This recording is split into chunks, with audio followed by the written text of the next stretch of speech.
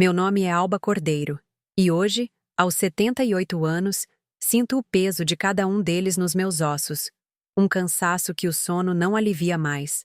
Mas enquanto meu corpo falha, a minha memória, essa teima em estar mais viva do que nunca, especialmente nas madrugadas silenciosas, quando as sombras do passado se alongam e me visitam sem pedir licença.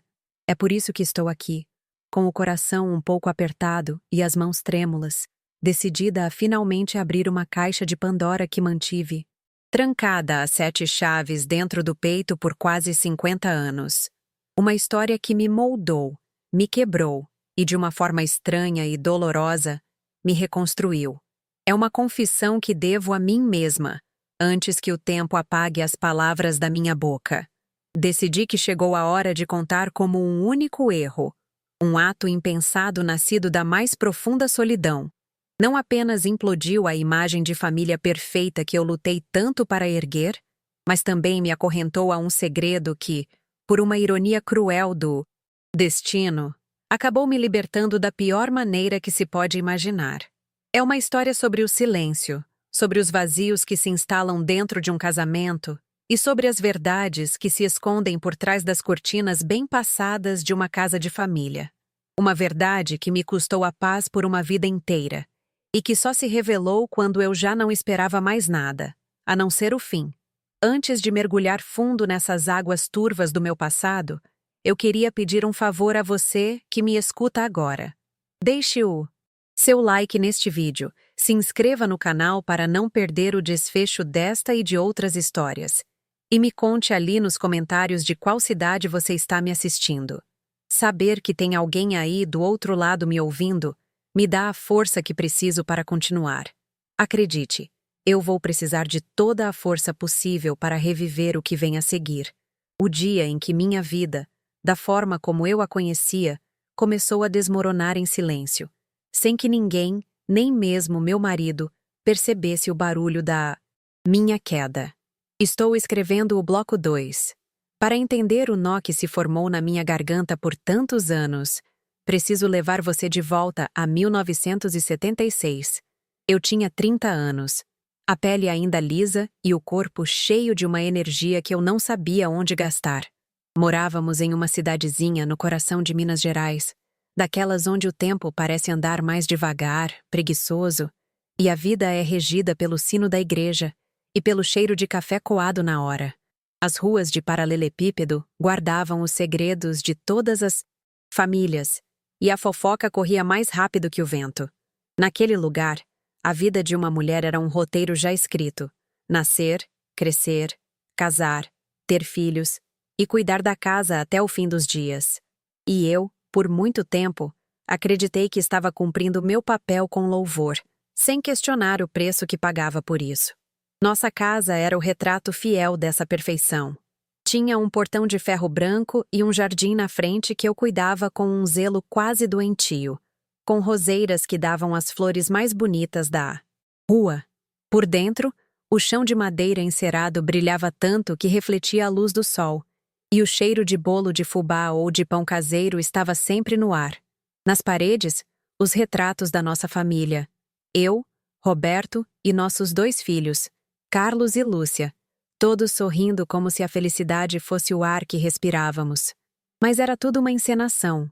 A casa era um palco, e eu era a atriz principal de uma peça sobre uma vida que não era minha de verdade. Uma vida arrumada por fora e completamente deserta por dentro. Roberto, meu marido, não era um homem mau. Quero deixar isso bem claro.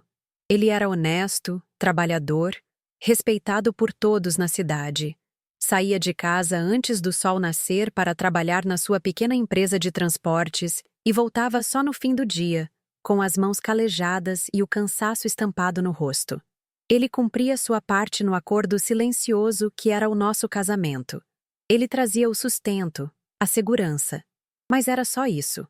O afeto, a conversa, a cumplicidade. Isso não fazia parte do pacote. Para ele, o amor era sinônimo de prover, e ele achava que isso bastava. Ele me enxergava como parte da mobília, um item necessário e confiável, mas sem vida própria.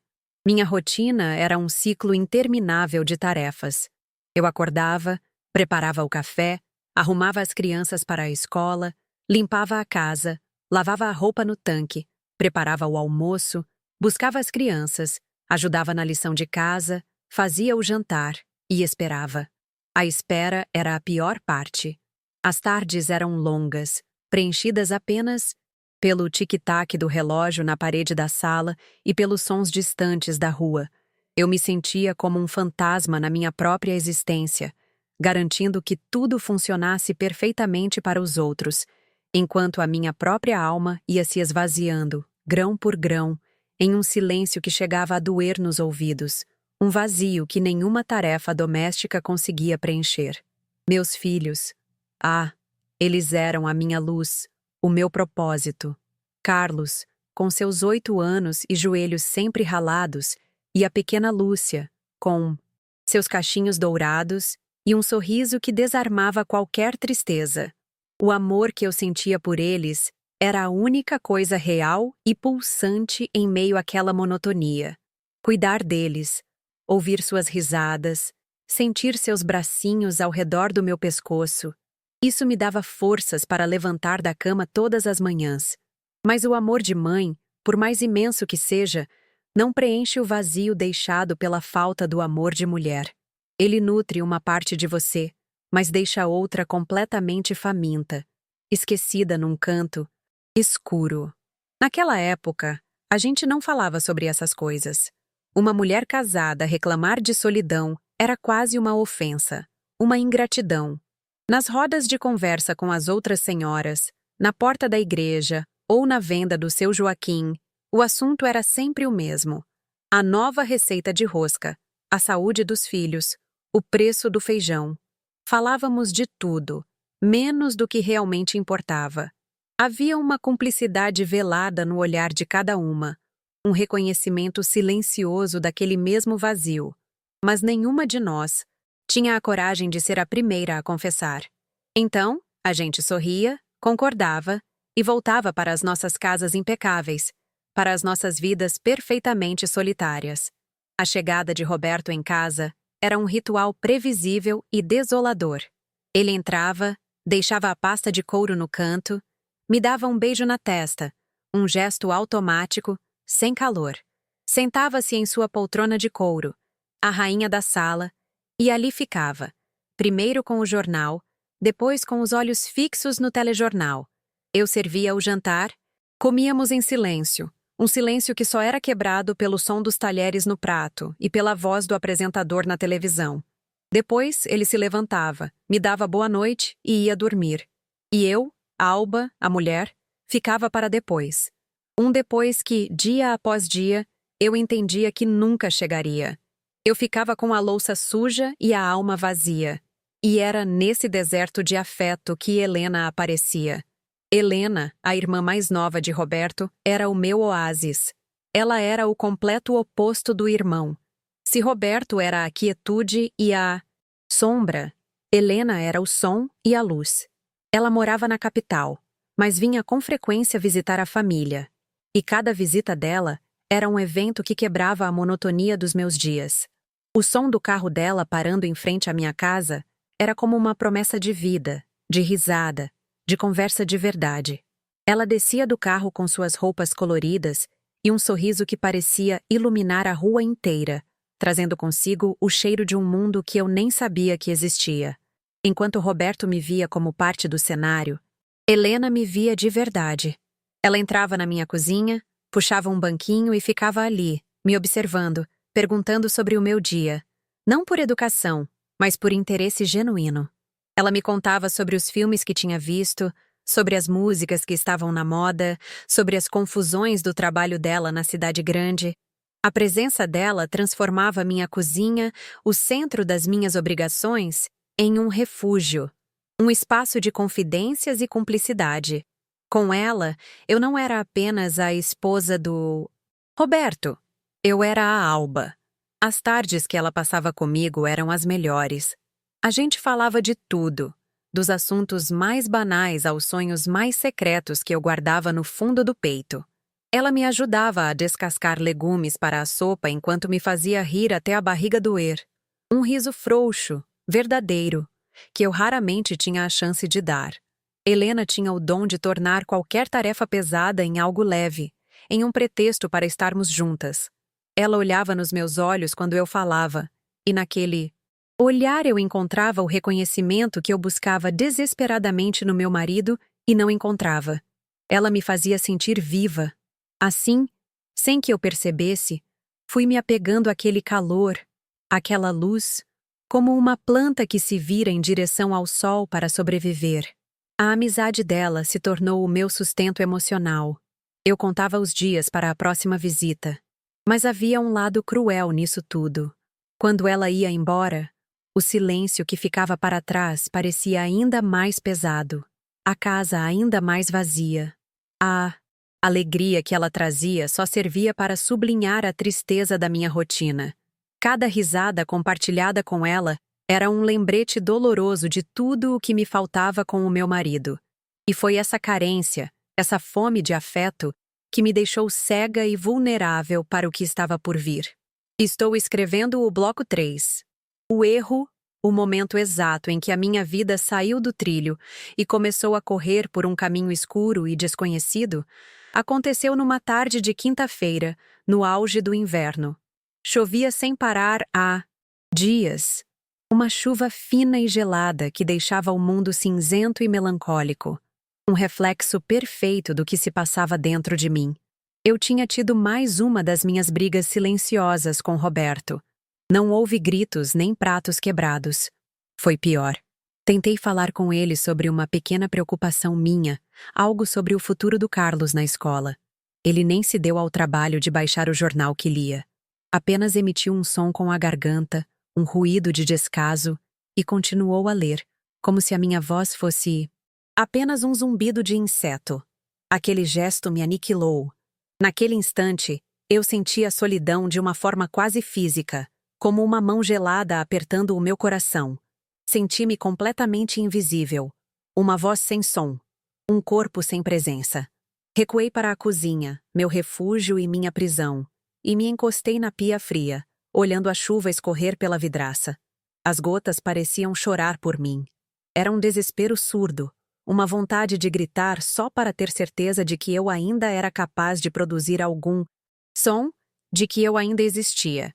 A necessidade de um único olhar de compaixão, de um gesto que me dissesse que eu não estava louca, que a minha dor era real, era tão grande que doía no peito. E foi nesse exato momento de desamparo que ouvi o barulho do carro de Helena. A batida suave na porta da cozinha soou como uma resposta às minhas preces silenciosas. Ela entrou, sacudindo um guarda-chuva colorido, e o seu sorriso habitual morreu no instante em que me viu. Helena tinha essa capacidade de ler a minha alma sem que eu precisasse dizer uma única palavra. Ela não perguntou: "Está tudo bem?" Porque era óbvio que não estava. Ela apenas tirou o casaco molhado, sentou-se à mesa e me olhou com uma intensidade que me quebrou. Naquele olhar, havia a pergunta silenciosa: o que ele fez desta vez? Minha compostura, a máscara de esposa serena que eu usava todos os dias, simplesmente se desfez. Tentei dizer que não era nada, mas a minha voz saiu embargada, trêmula. E então, as palavras começaram a sair, atropeladas, confusas. Não reclamei do Roberto, mas confessei a minha solidão. Falei sobre o silêncio, sobre a sensação de ser um fantasma dentro da minha própria casa, sobre o medo de desaparecer por completo. Helena não me interrompeu, não deu conselhos. Ela apenas ficou ali, ouvindo, e cada segundo de sua atenção era um bálsamo na minha ferida aberta. Ela me deu o que meu marido me negava há anos, a validação de que meu sentimento era real. Quando finalmente me calei, exausta, ela se levantou, veio até mim e segurou a minha mão. A pele dela era quente, e aquele contato humano, tão simples e tão raro, foi como um choque elétrico. Ela olhou no fundo dos meus olhos e disse, com a voz mansa: "Você merece ser amada, Alba. Você merece muito mais do que isso." Aquelas palavras, aquela permissão para ser amada, foram o estopim. A represa que segurava anos de carência, de frustração e de tristeza, se rompeu. Num impulso cego, movido por uma confusão de sentimentos que eu não conseguia nomear, eu me inclinei e a beijei. Um gesto desesperado em busca de qualquer coisa que parecesse afeto. O beijo não durou mais que 1 segundo, mas nesse segundo o mundo mudou de eixo. Não havia desejo ali, não da forma como se imagina. Havia desespero, havia gratidão, havia um pedido de socorro. Foi um beijo confuso, salgado pelas lágrimas silenciosas que começaram a rolar pelo meu rosto. Assim que nossos lábios se tocaram, o feitiço se quebrou e o horror da situação me atingiu em cheio. Eu me afastei bruscamente como se tivesse tocado em fogo. O espanto no rosto de Helena era um espelho do meu próprio pânico. O que eu tinha feito? Aquele ato impensado não tinha consertado nada, apenas criado um problema infinitamente maior. O silêncio que se instalou na cozinha depois daquilo era denso, pesado, carregado de vergonha e de medo. Era um silêncio que gritava. Helena, sem saber o que dizer, apenas pegou seu casaco, murmurou uma desculpa qualquer sobre precisar ir embora e saiu quase correndo, sem olhar para trás. Fiquei sozinha, paralisada, ouvindo o som do carro dela se afastando e se misturando ao barulho da chuva. A amizade pura e luminosa que era o meu único porto seguro havia se partido. Naquele instante, no chão da minha cozinha impecável, nasceu um segredo sujo e pesado que me acorrentaria a ela para sempre. Não mais pela amizade, mas pelo pavor. Estou escrevendo o bloco 4. Naquela mesma tarde, depois que Helena foi embora, uma paralisia tomou conta de...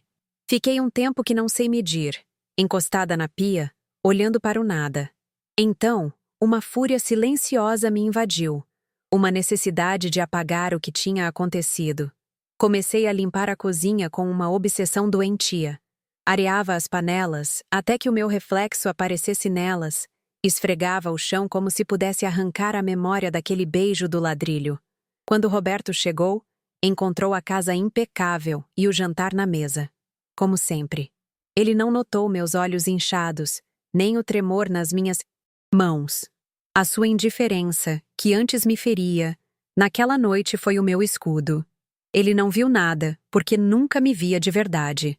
Aquela foi a primeira de muitas noites em claro. Eu me deitava ao lado de Roberto, sentindo o calor do seu corpo, e me sentia a mulher mais solitária do mundo.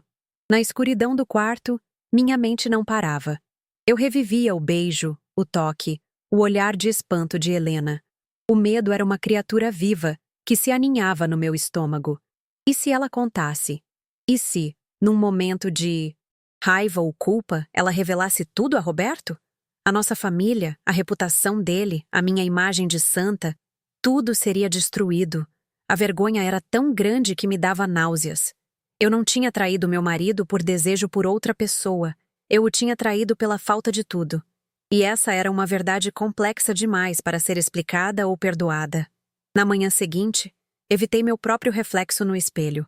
Sentia que o erro estava estampado na minha testa. Servi o café da manhã para Roberto e para as crianças com um sorriso forçado no rosto. Por dentro, eu era um emaranhado de culpa e pavor. Cada gesto dele, cada palavra, me deixava em alerta máximo, esperando a qualquer momento a acusação que, eu tinha certeza, iria chegar. Mas os dias se passaram e nada aconteceu. Roberto continuou sua rotina imutável, e o silêncio dele, antes uma fonte de dor, se tornou uma bênção aterrorizante. O mundo continuava girando como se nada tivesse mudado, mas para mim, tudo estava irremediavelmente quebrado.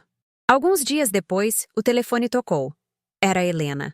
Meu coração disparou. A conversa foi curta, estranha, dolorosamente educada. Falamos sobre o tempo, sobre uma tia doente. Nossas vozes eram formais, como as de duas desconhecidas. A cumplicidade, as risadas, a intimidade, tudo tinha desaparecido, substituído por um abismo de palavras não ditas. Naquele telefonema, ficou selado o nosso pacto de silêncio. A amizade tinha morrido oficialmente, e em seu lugar, restava apenas uma cumplicidade baseada no medo. Desliguei o telefone e chorei. Não pelo beijo, mas pela perda da única pessoa no mundo que me fazia sentir menos sozinha. O primeiro encontro em família depois do ocorrido foi uma tortura. Um almoço de domingo na casa da minha sogra. A tensão entre mim e Helena era quase palpável. Uma eletricidade que ninguém mais parecia sentir. Nós nos evitamos. Nossos olhares se cruzando apenas por acidente e se desviando na mesma hora. Eu me concentrava em servir todo mundo, em encher os pratos dos meus filhos, em ser a nora prestativa. Minha sogra, em certo momento, comentou: "Nossa, vocês duas estão tão quietas hoje, o gato comeu a língua?" Eu dei um sorriso amarelo e inventei uma dor de cabeça. A partir daquele dia, a minha vida se tornou uma longa e exaustiva peça de teatro. Decidi, com a determinação de um soldado em guerra, que a única forma de sobreviver era me tornar irrepreensível.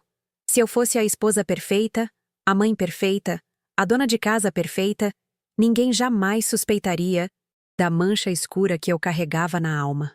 Comecei uma campanha de devoção a Roberto. Eu acordava mais cedo para passar suas camisas, preparava seus pratos favoritos com um esmero que beirava a arte, recebia-o com um sorriso, mesmo que por dentro eu estivesse aos pedaços. Eu queria construir uma muralha de perfeição tão alta que ninguém, nem mesmo Deus, pudesse enxergar o meu pecado. Meu foco nos filhos tornou-se ainda mais intenso. Eles eram a minha desculpa, a minha penitência. Mergulhei no mundo deles de cabeça. Costurava as fantasias para as festas da escola, me voluntariava para todas as excursões, assava bolos para todas as quermesses. As outras mães me elogiavam. "Alba, você é uma super mãe." E eu aceitava o elogio com um sorriso humilde, enquanto pensava que, na verdade, eu era uma fraude. Usava o amor puro e incondicional pelos meus filhos como um escudo para me proteger do meu próprio julgamento. Eles eram a minha única verdade em um oceano de mentiras. Roberto, em sua simplicidade, não entendeu a origem da minha mudança. Ele via apenas a superfície. Notava a casa mais arrumada, a comida mais saborosa, a minha aparente disposição. Para ele, aquilo era um sinal de que eu estava finalmente me acomodando, feliz em meu papel. Ele me elogiava para os amigos, no clube, no bar da cidade. "A minha Alba é uma mulher de ouro, uma santa." Eu o ouvi dizer uma vez. Cada palavra de louvor era como um prego sendo cravado na minha consciência. Eu não era uma santa. Eu era uma pecadora que estava tentando comprar o seu perdão com trabalho duro e sorrisos falsos. A imagem da nossa família na cidade se solidificou como um exemplo a ser seguido. Os Cordeiro, o marido trabalhador, a esposa devota, os filhos educados. Éramos o ideal da família mineira tradicional. Ninguém imaginava o caos que reinava debaixo daquele teto de aparências. Ninguém via a esposa que chorava em silêncio no banheiro, o marido ausente em seu próprio mundo, e o segredo que envenenava a relação entre duas cunhadas que antes se amavam como irmãs. Viver essa duplicidade era enlouquecedor. Em público, eu era a senhora Cordeiro, sorridente e serena. Em casa, sozinha, eu era apenas Alba, a culpada. Lembro-me de uma festa de São João na Praça da Matriz. A cidade inteira estava lá. Eu, de braço dado com Roberto, sorria para todos, enquanto Carlos e Lúcia corriam com os amigos, soltando bombinhas. Do outro lado da praça, vi Helena com seus pais. Nossos olhos se encontraram por cima das cabeças das pessoas, por entre a fumaça das fogueiras. Por um instante, o barulho da festa sumiu. Havia apenas aquele olhar, carregado de tudo o que não podíamos dizer. Então, tão rápido quanto aconteceu, desviamos o olhar. O segredo estava sempre ali, um fantasma faminto no meio da multidão, lembrando-me de que a minha alegria era uma farsa. Manter essa performance exigia uma energia que eu não tinha. Eu vivia em estado de alerta constante, medindo cada palavra, cada gesto. O medo de um lapso, de uma palavra mal colocada que pudesse entregar tudo, era meu companheiro de todas as horas.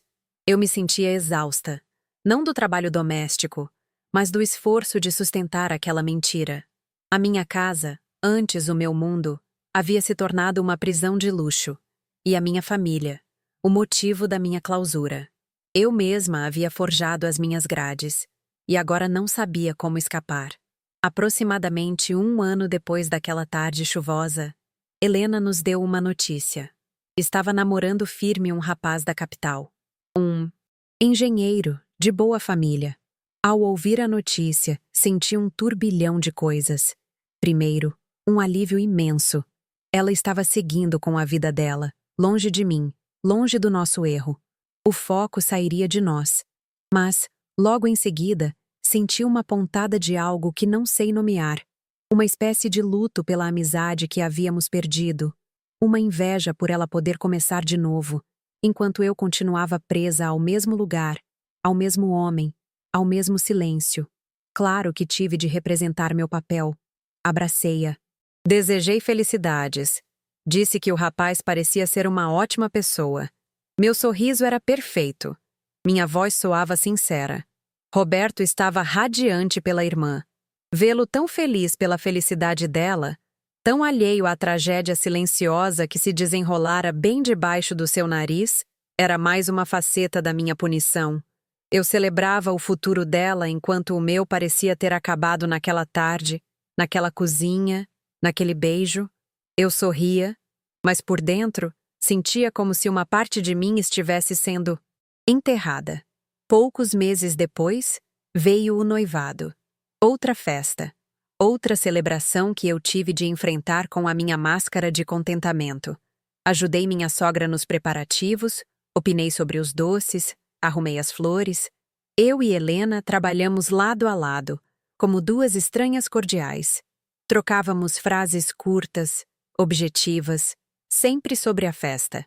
Você acha que essa toalha combina? Essas flores estão bonitas. Éramos duas atrizes talentosas, representando para uma plateia que nos aplaudia sem... A proximidade física era uma tortura. Um lembrete constante da distância emocional que nos separava. O dia do casamento de Helena chegou. A igreja estava lotada. Ela entrou, de branco, linda, no braço do meu sogro. Eu estava sentada no banco da frente, ao lado de Roberto, como mandava o protocolo. E enquanto o padre falava sobre união, pureza e amor eterno, eu sentia a ironia me corroer por dentro. Helena estava começando uma nova vida, uma vida limpa, enquanto eu continuava atolada na sujeira do nosso segredo. Chorei durante a cerimônia. Roberto segurou minha mão, achando que eram lágrimas de emoção pela irmã que ele tanto amava. E eram. Mas não da forma como ele imaginava. Na festa, em meio à música alta e às pessoas felizes, Helena veio até mim. Ela me agradeceu pela ajuda, pelo apoio. Obrigada por tudo, Alba, ela disse com os olhos brilhando. Seja muito feliz, Helena, respondi. Nossas frases eram simples, banais para quem ouvisse de fora. Mas entre nós, duas, havia um tratado de paz sendo selado. Era um adeus definitivo à amizade que um dia tivemos e um acordo tácito de que o passado seria enterrado para sempre. Demos um abraço rápido e formal. E então ela se foi, para os braços do seu marido, para a sua nova vida. Depois de casada, Helena se mudou de vez para a capital. Suas visitas à nossa cidade se tornaram cada vez mais raras, limitadas a feriados importantes como o Natal. Essa distância física foi para mim um alívio. Era mais fácil representar meu papel pelo telefone. A ausência dela na minha rotina diminuiu a tensão diária, mas também serviu como uma confirmação final e dolorosa de que a nossa ligação havia sido rompida para sempre. O fantasma do que fomos ainda assombrava a casa, mas agora, pelo menos, eu não precisava mais olhar nos olhos dele todos os dias. Os anos foram passando como páginas de um livro que a gente lê sem muita atenção. Meus filhos cresceram. Vi Carlos se formar na escola, arrumar a mala e partir para a faculdade em outra cidade. Vi Lúcia se tornar uma moça, viver seu primeiro amor, ter suas primeiras decepções. A vida seguia seu curso, implacável. Mas o segredo não envelhecia. Ele permanecia intacto, com o mesmo peso, a mesma forma, uma pedra dentro de mim que não se desfazia com o tempo. Eu envelhecia, as crianças cresciam, mas a culpa era a mesma daquela tarde de 1976. Meu casamento com Roberto se transformou em uma paisagem conhecida e desoladora. Não havia mais a dor aguda da solidão, mas uma melancolia crônica, uma aceitação resignada. A culpa pelo meu ato me impedia de cobrar dele qualquer coisa. Como eu poderia exigir afeto se eu mesma havia quebrado um voto sagrado? Então, eu servi, cuidei, administrei sua casa e sua vida. Tornei-me sua guardiã, sua funcionária, tudo, menos sua esposa no sentido pleno da palavra. Vivíamos juntos, mas em universos paralelos, separados por um muro de silêncio que, agora, eu também tinha ajudado a erguer. Quando Helena teve seu primeiro filho, eu me tornei tia. Mandei um presente caro, uma roupinha de tricô que eu mesma fiz. Liguei para dar os parabéns. Cumpri todos os rituais da família feliz. Anos depois, quando o segundo filho dela nasceu, fiz a mesma coisa. Eu era, para os filhos dela, a tia Alba, uma figura carinhosa e distante. Para o resto da família, eu era a cunhada exemplar, mais uma camada de verniz sobre a madeira podre da minha realidade. Cada gesto de normalidade era um esforço, uma peça a mais na minha armadura. O pavor de ser descoberta nunca me abandonou por completo. Um dia, Lúcia, já adolescente, me perguntou do nada: Mãe, por que você e a tia Helena não são mais amigas como antes? Eu lembro que quando eu era pequena, ela vivia aqui em casa e vocês riam o tempo todo. Senti um frio na espinha. O ar me faltou. Tive que respirar fundo e construir uma mentira rapidamente. Ah, minha filha, a vida acontece. Ela se casou, foi morar longe, o trabalho, os filhos. A gente se distancia. É normal. Ela pareceu aceitar a explicação, mas aquela pergunta me deixou trêmula por dias. O passado estava sempre à espreita, pronto para me assombrar. O peso daquele segredo começou a cobrar seu preço no meu corpo. Passei a sofrer de enxaquecas terríveis, que me deixavam dias na cama, no escuro. Tinha insônia. Passava as noites revirando de um lado para o outro, a mente a 1000 por hora. Fui ao médico, que me receitou calmantes. É estresse, dona Alba. A senhora precisa relaxar. Relaxar. Palavra estranha. Como eu poderia relaxar se eu carregava uma bomba-relógio dentro de mim há mais de uma década? O veneno da culpa escorria lentamente pelas minhas veias, me adoecendo de dentro para fora. Quando meus pais se foram, primeiro meu pai, depois minha mãe, anos mais tarde, a solidão se aprofundou. No velório da minha mãe, olhando para o seu rosto sereno no caixão, senti uma vontade avassaladora de confessar tudo, de colocar para fora todo aquele pus, como se ela, mesmo depois de morta, pudesse me absolver, mas não consegui. O segredo já estava tão arraigado em mim que eu não sabia mais quem eu era sem ele. Eu era a Alba, a esposa de Roberto, a mãe de Carlos e Lúcia, a mulher que guardava um segredo terrível. Era essa a minha identidade. Houve um evento, as bodas de prata de um primo de Roberto, em que fomos obrigados a sentar na mesma mesa que Helena e seu marido. Foi uma noite inteira de tortura. Conversamos sobre o tempo, sobre a inflação, sobre os nossos filhos. Uma conversa superficial e polida, enquanto por baixo da mesa, a história não contada pulsava. Era surreal. Éramos como duas veteranas de uma guerra secreta, que se encontravam anos depois em um evento civil, obrigadas a fingir que a única coisa que compartilhavam era o sobrenome da família. Houve momentos, raros, em que eu olhava para Roberto, já com seus cabelos grisalhos e as marcas do tempo no rosto, e me perguntava sobre ele. Será que ele era feliz? Será que o seu silêncio era apenas o seu jeito de ser? Ou também escondia algum tipo de vazio, alguma frustração? Pela primeira vez em muito tempo, senti uma ponta de compaixão por aquele homem que dividia a cama comigo.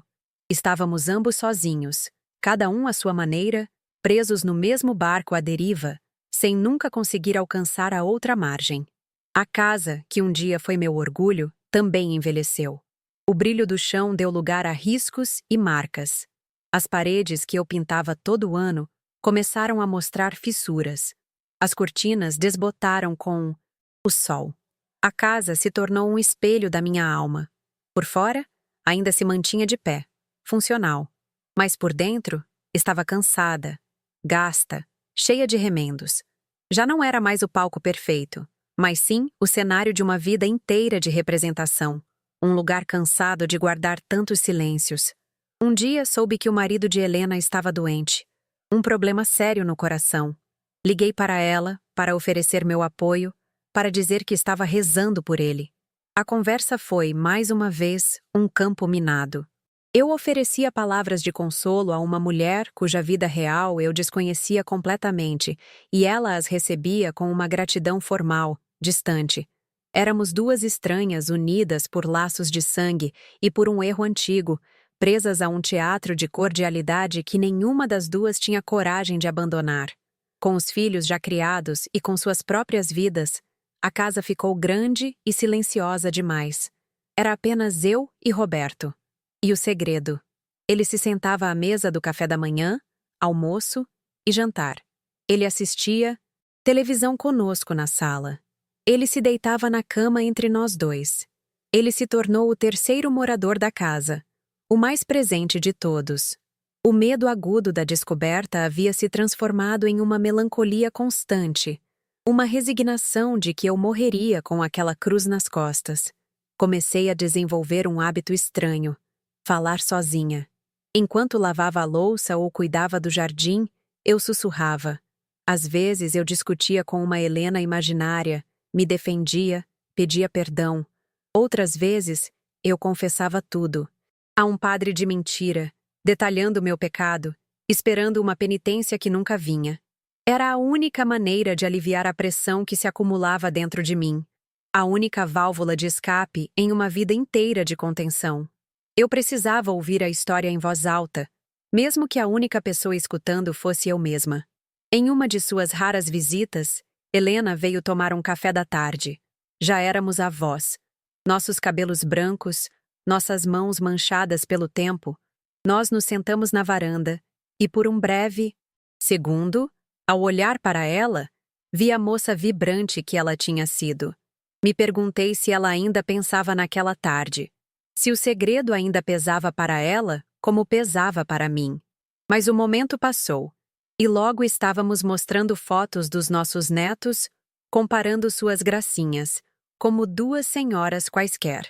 O abismo continuava lá, apenas mais largo e mais fundo. A pergunta, e se, tornou-se minha companheira constante nas horas vagas. E se eu não tivesse beijado Helena? Teríamos continuado amigas? Teria a amizade dela me dado forças para enfrentar a solidão do meu casamento? Ou até mesmo para terminá-lo? Ou eu estava destinada a essa vida de qualquer maneira? Eram perguntas sem resposta, que apenas serviam para me torturar, para me fazer refém de um passado que não podia ser mudado. Eu vivia presa entre o que foi e o que poderia ter sido. Com quase 30 anos passados, o segredo havia mudado de natureza. Ele não era mais um monstro assustador debaixo da cama. Ele tinha se tornado parte de mim, como uma dor crônica com a qual a gente aprende a conviver. Já não conseguia imaginar minha vida sem ele.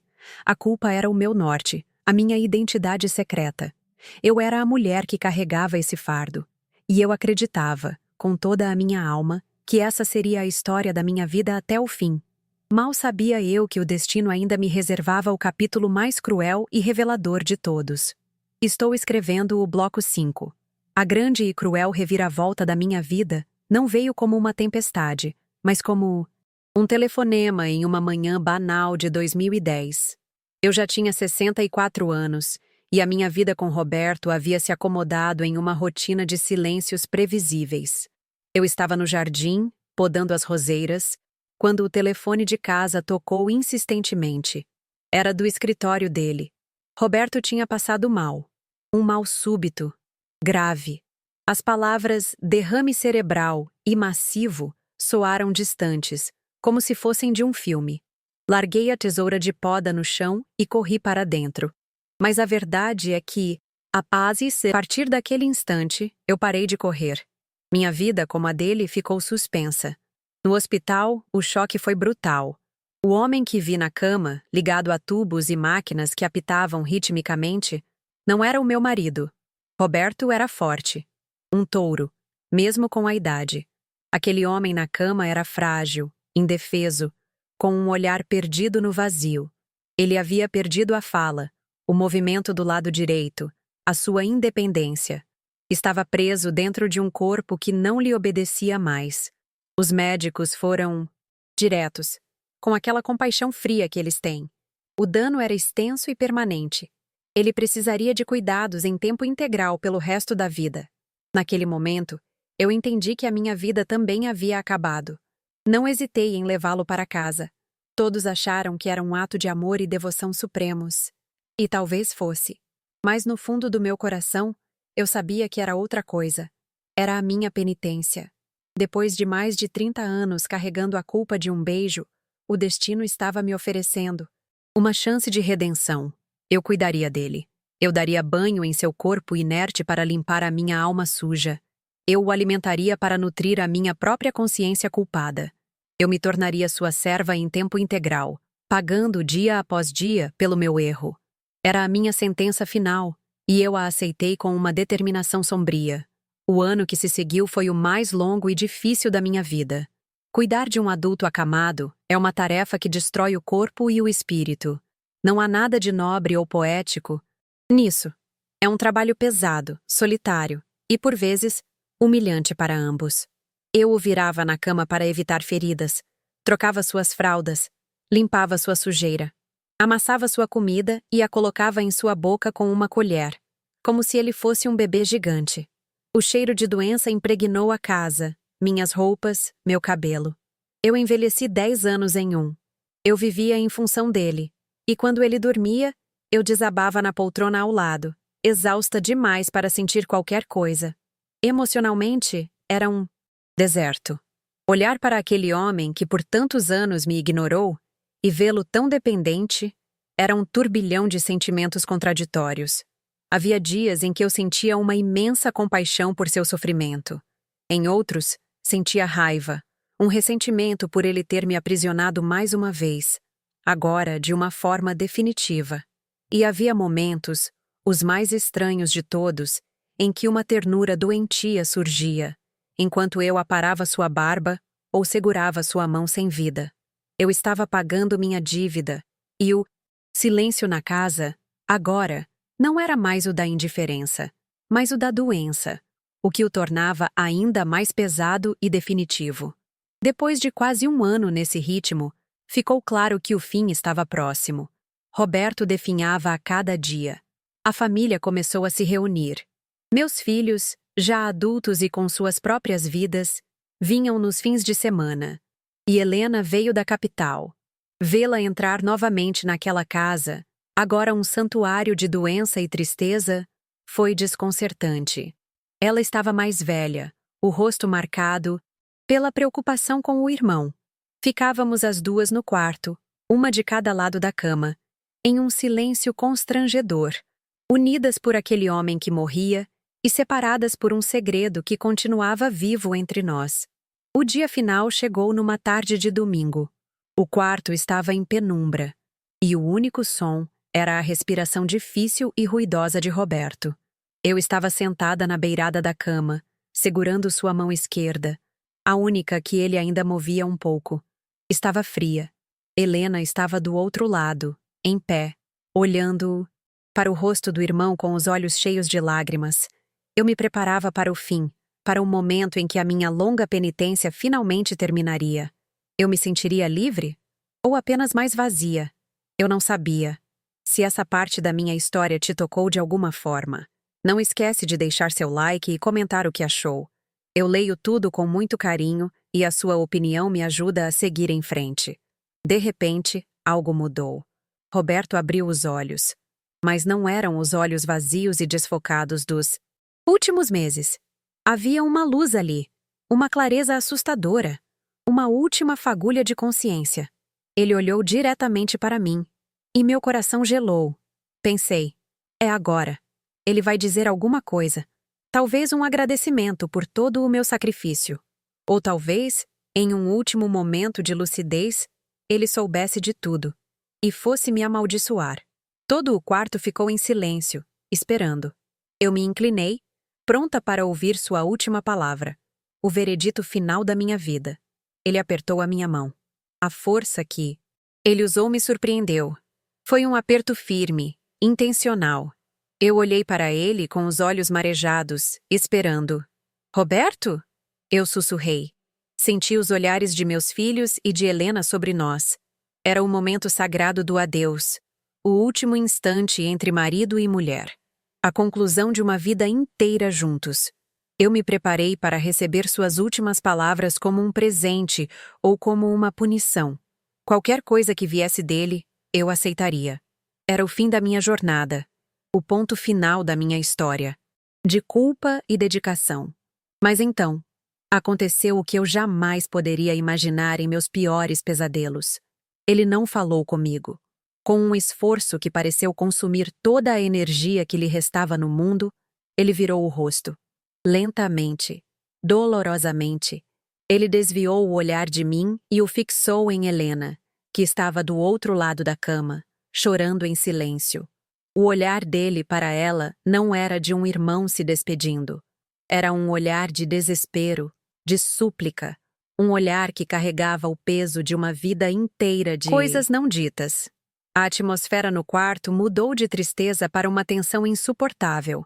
E então, com um sopro de vida, com uma voz que era pouco mais que um arranhão na garganta, a primeira e única palavra que ele conseguiu pronunciar em quase um ano saiu de seus lábios. Ele olhava fixamente para a irmã. E ele disse: perdão. A palavra pairou no ar por um segundo. E então, a luz nos seus olhos se apagou. A mão dele afrouxou na minha. E ele se foi. Naquele instante, o chão não se abriu sob os meus pés. O universo inteiro se desfez. O perdão não era para mim.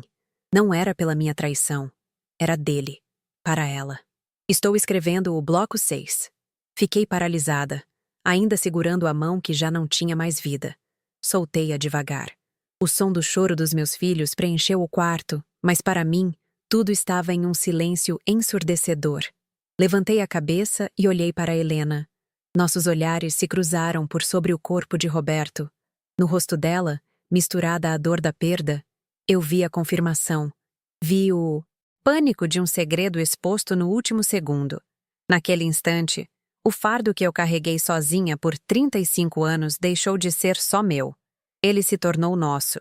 E de repente, o peso não parecia mais tão esmagador. Parecia apenas triste. Infinitamente triste. Nos dias que se seguiram, durante o velório e o enterro, eu agi como uma autômata. Recebi os abraços, ouvi os pêsames, aceitei os elogios à minha dedicação. Você foi uma esposa exemplar até o fim, Alba. Uma verdadeira santa. Eu apenas sorria com os lábios, enquanto minha mente estava a quilômetros de distância, revivendo aquela única palavra: perdão. Eu e Helena não trocamos uma frase sobre o assunto. Não precisávamos. Um olhar bastou. O segredo que antes me separava dela, agora nos unia em uma cumplicidade macabra e silenciosa. Nunca mais falaríamos sobre o beijo na cozinha. Agora tínhamos um segredo muito maior para guardar. Aos poucos, a ficha foi caindo. Todo aquele ano de sacrifício, que eu encarei como a minha via crucis particular para pagar pelo meu pecado, foi uma piada de mau gosto do destino. Eu não estava cuidando de uma vítima inocente da minha fraqueza. Eu estava cuidando de um homem que, em seu próprio silêncio, havia guardado uma história talvez muito mais complexa e dolorosa que a minha. A minha penitência perdeu o sentido. A culpa que me definiu por quase toda a minha vida adulta não desapareceu, mas ela se transformou. Já não era um monstro só meu. Era um fantasma que pertencia aos três. Comecei a olhar para o passado com outros olhos. Aquela tarde de chuva, aquele beijo desesperado.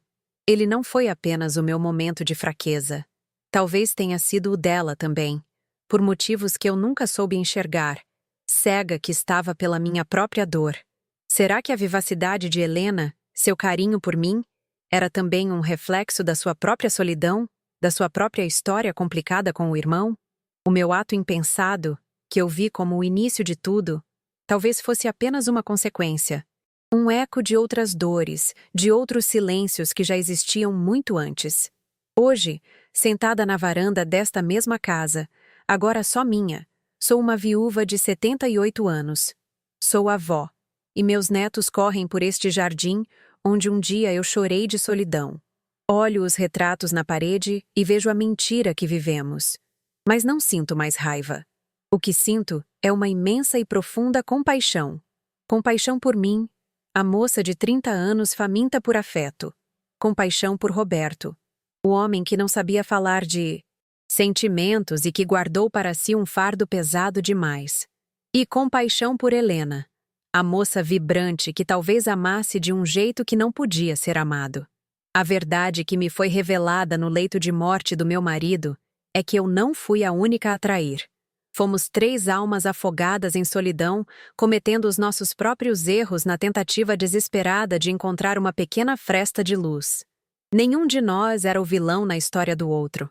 Éramos apenas vítimas das nossas próprias incapacidades, dos nossos medos e dos costumes de uma época que não nos dava permissão para sentir e para falar. O silêncio de Roberto não era apenas indiferença. Era uma muralha para esconder a sua própria verdade. O segredo que me aprisionou por quase 4 décadas, que moldou as minhas escolhas e me encheu de culpa, era, na verdade, a história silenciosa do meu casamento. Era a prova de que a ausência pode ser tão ou mais devastadora que a presença do erro. O beijo não foi o meu maior pecado.